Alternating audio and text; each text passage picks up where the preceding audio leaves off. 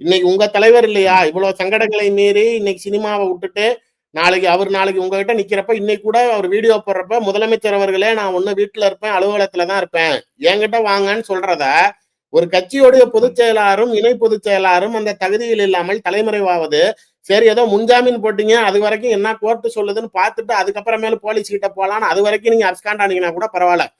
ஏபியும் dismiss ஆயிருச்சு. எவ்வளவு நாளைக்கு ஓடுவீங்க நீங்க? ஏதோ இப்ப 10 ஸ்பெஷல் டீம் போட்டிருக்காங்க உங்களை பிடிக்கிறதுக்கு.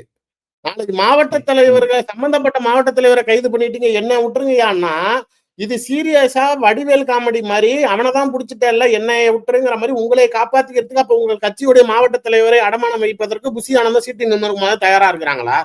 ஆதவர்ஜுனா இன்னைக்கு சமூகத்தில் கருத்து ஒரு கலவரத்தை தூண்டும் கருத்தை பதிவிட்டார் அப்படின்னு சொல்லி வழக்கு பதிவு செஞ்சிருந்தாலும் இப்ப கூட உத்தரகாண்ட்ல பேட்டி கொடுத்திருக்காரு, டெல்லிக்கு போறாரு, ஏர்போர்ட்ல சந்திக்கிறாரு, வெளியில எல்லா இடத்துக்கும் தான் போறாரு. ஏன் தமிழ்நாடு போலீஸ் அவரை நெருங்க மாட்டேங்குது அப்படின்னா அவருக்கு திமுகவை சம்பந்தப்பட்டு சபரீசன் உதயநிதி சம்பந்தப்பட்ட பல ரகசியங்கள் தெரியும்.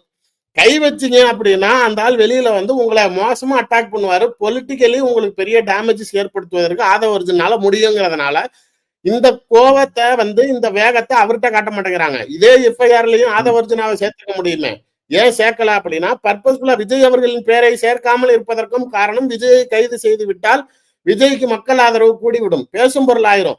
என்ன பண்ணுவாங்க? இப்பயே பேசும் பொருளா இருக்குது சார்.